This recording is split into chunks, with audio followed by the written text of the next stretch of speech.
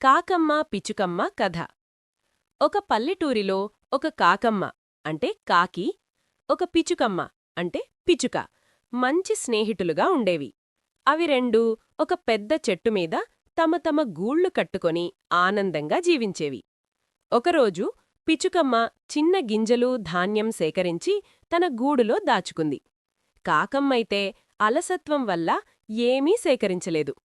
అవసరం వచ్చినప్పుడు చూస్తా అని నిర్లక్ష్యంగా ఉండిపోయింది.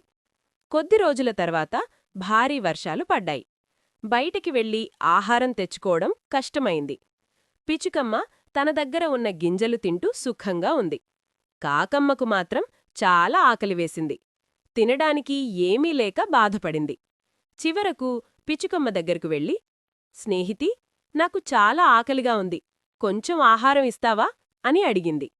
పిచుకమ్మ కరుణతో, సరే, నేను దాచుకున్నది కొంచెం నీకిస్తాను, కాని ఇక ముందు అలసత్వం చేయకూడదు అని చెప్పింది. కాకమ్మ తన తప్పు గ్రహించింది. ఇకపై నేను కష్టపడి ముందే సిద్ధమవుతాను అని మాట ఇచ్చింది. ఆ రోజునుండి కాకమ్మ కూడా కష్టపడుతూ ముందుచూపుతో జీవించడం ప్రారంభించింది. కథాబోధ: ముందుగా సిద్ధంగా ఉంటే కష్టాలు తక్కువగా ఉంటాయి. అలసత్వం చివరకు సమస్యలు తెస్తుంది.